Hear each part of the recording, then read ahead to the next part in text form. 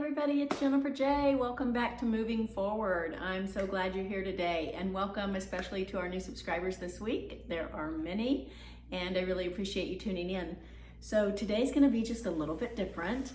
I know I usually go over a sermon with you guys, and I have heard several that were really good recently, but it really was weighing on my heart to share something different with you today, and that is because I'm reading a book called, let me even see, Good Boundaries and Goodbyes. Good Boundaries and Goodbyes. Maybe you've heard of it. When it very first came out, I thought I want to read that book. But then I happened to run into somebody who said, oh, I tell everybody to read this book. Everybody, all of my clients, she's a mental health counselor. She said, I tell every single person, it's good for everybody. You should read this book. So I said, that was on my list that I wanted to read, so I think I'm going to go get that. So I went to the library and I got it. So I am reading that, and that inspired me to talk to you guys a little bit about this because it is about boundaries and setting boundaries, but in reading through that, I also recognize some of myself, and maybe you'll recognize some of yourself in this, but I am an overthinker, and that's a kind of catchphrase nowadays, I guess, overthinking. I always just said it was my ADHD because I feel like my brain is spinning all the time. And maybe it is ADHD. When I was a kid, they didn't really have a name for it, but now they call it overthinking. So I don't know what it's called, but overthinking itself. I looked up some things in the medical journal called Psychology Today. So if you want to find this, you can Google Psychology Today and you can probably find it. But it was the 10 top things that an overthinker does. And then it talked about how to kind of counteract those things. So overthinking in and of itself isn't necessarily all attributed to DNA. Some of it certainly is, especially if you have ADHD, your brain kind of spins out. But some of it is caused by early or traumatic childhood. I'm saying that all wrong, you guys. Traumatic events in your lifetime. So they might have happened in your childhood. This is true, but that isn't how it said it. It said traumatic experiences in your life. So if you've had traumatic experiences in your life, you might also have PTSD. I have had PTSD. I don't know if that ever really goes away. It is much better. But if you've had a traumatic experience, then you know what I'm talking about. Or if you survived traumatic experiences from your childhood, that might have created this overthinking. And the reason is that your brain tries to go to this safe place all the time. Your brain's always trying to figure out what's going to happen next and put you in a safe place. And so when a trigger happens, which might be something it might be something that brings up something from your past. It might be a thought, or it might be something somebody else does that might bring up something from your past, and it feels like you're back there again. You're back in that place. So your brain immediately goes into fight or flight, right? Like it goes into, this is danger and we need to get out of this situation. Or you might be in a current trauma, in which case, like if you're being held at gunpoint, that's current trauma. And you need to just get to safety right then. Your brain is telling you, get to safety. So in both cases, it's telling you to get to safety, but the difference is in one, like you're in the middle of current trauma, you obviously need to get yourself physically to safety. In the other, you need to work out what's really happening because the trigger puts you back there, but you're not really physically back there. So we need to heal that trauma in order to quit going back there when these triggers happen. So I wanted to just go over with you some of the top things, and I won't go over all of them, but some of the top things that overthinkers do. And maybe you'll recognize this in yourself, or if you don't, it is likely that you're going to recognize it. You're going to think of somebody that you know that does this. And this is going to really help you to better understand them, to better love them, to better communicate with them, which is going to build a better relationship with them and for them. So overthinkers have a never-ending thought carousel. So you know what a carousel is, right? It's a merry-go-round, and it's always going. horses are going up and down, and they're spinning at the same time, and that is what's going on in an overthinker's brain. Let me tell you, I live there. It is always stuff going on in there. Overthinkers strive for excellence in everything they do. That's also me. The problem with that is it's unattainable, right? We're not going to be perfect. Only Jesus Christ is perfect, so we're not going to be perfect. But we strive for that, and then it's unattainable, and then when we can't attain it in every single facet of our life, then we come in with self-loathing because we didn't attain it. So there's a balance that has to happen between our high standards and our self-awareness, because it's just not attainable to be perfect at everything. And so that's something we really struggle with as high achievers. So we're always striving for excellence. And then problem solvers. So overthinkers are very good problem solvers, and that is because we analyze everything from every different angle and are able to see some things other people can't, which is great. That can be a great positive part of that. The negative part is that because we can see so many different scenarios, it can also cause decision paralysis, whereby you're unable to make a decision because there are too many what-if outcomes. That can be a problem. I don't struggle with that as much. My oldest daughter, does struggle, not as much as she used to, I'll grant you, but she used to really struggle a lot with decision paralysis. So, and she is an overachiever as well. So we are experts in hidden meanings. We can spot the tiniest nuance.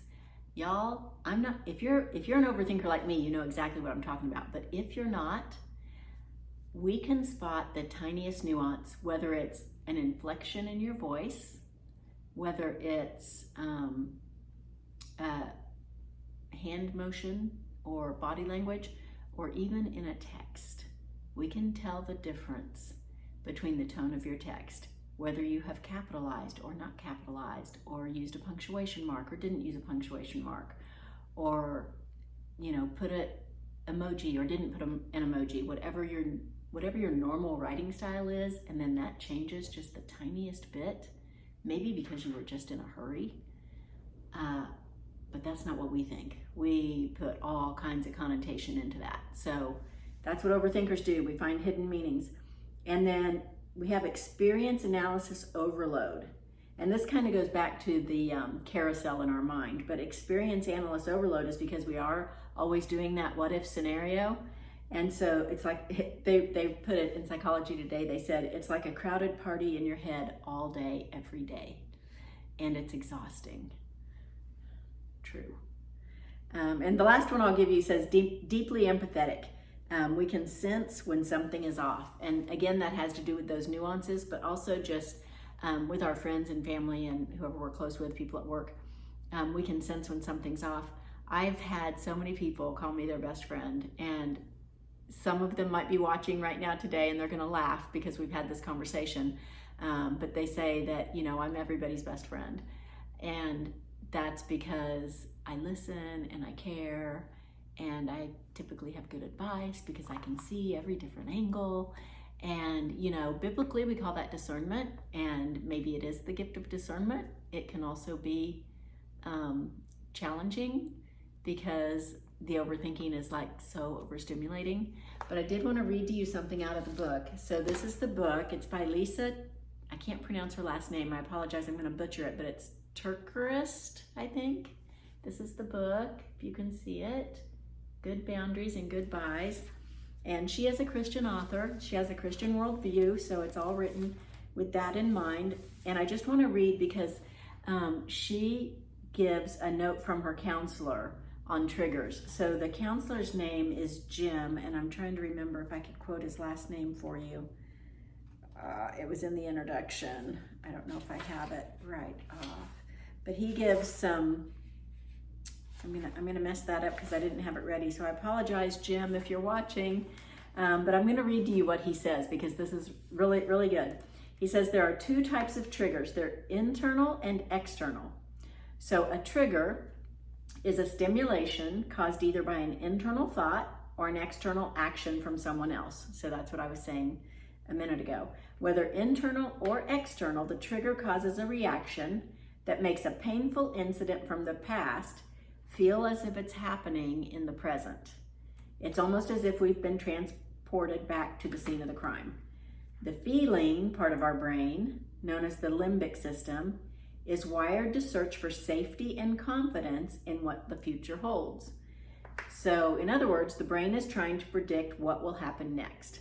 And remember, it's looking for safety and confidence in what the future holds. So a trigger makes you anxious because it sets off an alarm, making you feel like something isn't right or something isn't safe. So, but the trigger isn't the main issue. I loved this part, you guys, and I know I'm pointing at you a lot. I'm so sorry. It's not to be rude. The main issue is the unhealed trauma still inside of you. So the main issue is not the trigger. The main issue is not the alarm bell going off. The main issue is why it's going off. That trauma that you experienced. What's happening there and why haven't we healed that? When you get triggered, it's pointing either to something from your past, not yet healed inside of you, or a new trauma that's happening in the present moment. In a fresh trauma, and it's happening now, you're in immediate danger. Your desire will be to get to safety. If the trigger is because of past trauma, we can learn how to not get hijacked by the anxiety. Wouldn't you love to know how to not get hijacked by your anxiety? It will require you to go into your past and work on what's not healed. That's hard. Nobody likes doing that, you guys. It's so much easier to push it down, right? But you also have to stay grounded. So he says, stop, take a breath, say to yourself, I know what's going on here. I've been here before. I'm not in immediate danger. There is a way out. I can ask for help. I can let this feeling inform me, but I don't have to spiral to panic. And no matter what the trigger is, always remember you have the power to rise in resiliency. When things around you get out of control, you can take a time out. Take a time out. You can remove yourself. You can seek others to help you process. You can get a plan. You can schedule something on your calendar to look forward to. All of these things will help you avoid spinning in the unsafe feelings and circumstances that are causing you pain and confusion. And I was just having this conversation with one of my sisters yesterday because she was saying that, she suffers from some anxiety because she's had some back issues and pain can often put you into depression or anxiety. And so she had a previous back issue with a lot of pain, which caused a lot of anxiety. So now that the back is starting to hurt a little bit again, it's causing that anxiety because that's the trigger, right? There's a little bit of pain. So now the trigger is back that we're going to go back to that place where we were so bad. And she had realized on her own without even reading the book. Can you imagine? She had realized that she just needed to go and lay down and think about it and realize that this is just a feeling I'm having. It's not the truth, it's just a feeling. And kind of take a deep breath and process through that. And so that's exactly what Jim recommends. So kudos to my sister for figuring that out on her own. And maybe you all have figured that out as well. But it was really helpful to me to think about because I'm having a situation currently with someone in a relationship that it's a newer relationship and we're learning how to communicate and about each other, I overthink everything.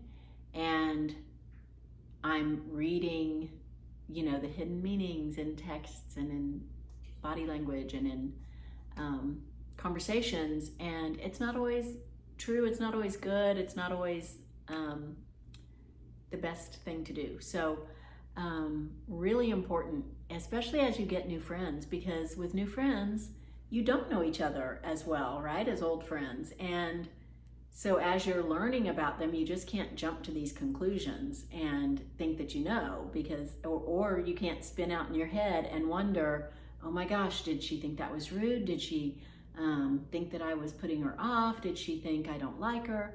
All these things. You just take a deep breath and stop. And remember that you don't have to do all that. I mean, the simpler solution would be to just ask. Did you think I was rude? I wasn't trying to be rude. I wasn't intending to be rude.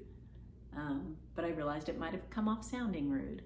So that's a better idea most of the time.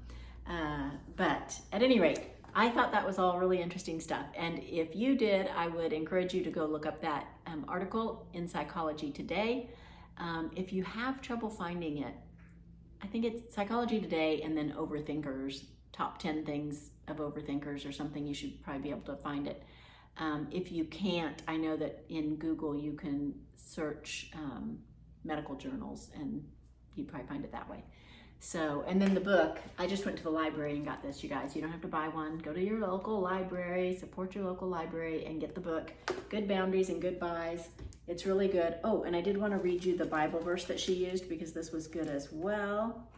It's out of Jeremiah 5:22. And God said, I made the sand a boundary for the sea, an everlasting barrier it cannot cross. The waves may roll, but they cannot prevail. They may roar, but they cannot cross it. God created boundaries, you guys. God created boundaries. And he said to the seas and to the ocean, you can only come this far. It can do all that nut stuff, waves rolling, white caps, slapping against each other, get as angry as it wants to get in its boundaries. It's only allowed to stay in its boundaries. And so, you know, the wave comes in and then the wave goes back out because God set a boundary for it. And it's okay for us to set boundaries too. God gave us the example of setting boundaries, and this helps you to build healthy boundaries so that when other people might hurt you or make you cry or whatever, and they may not even know it because you're an overthinker, so you're doing more crying and overthinking than the average person. But you can figure out what to do when uninvited feelings like that come into your life. And so certainly open your Bible as well, but if you need a good read, that's a good one. So I recommend that.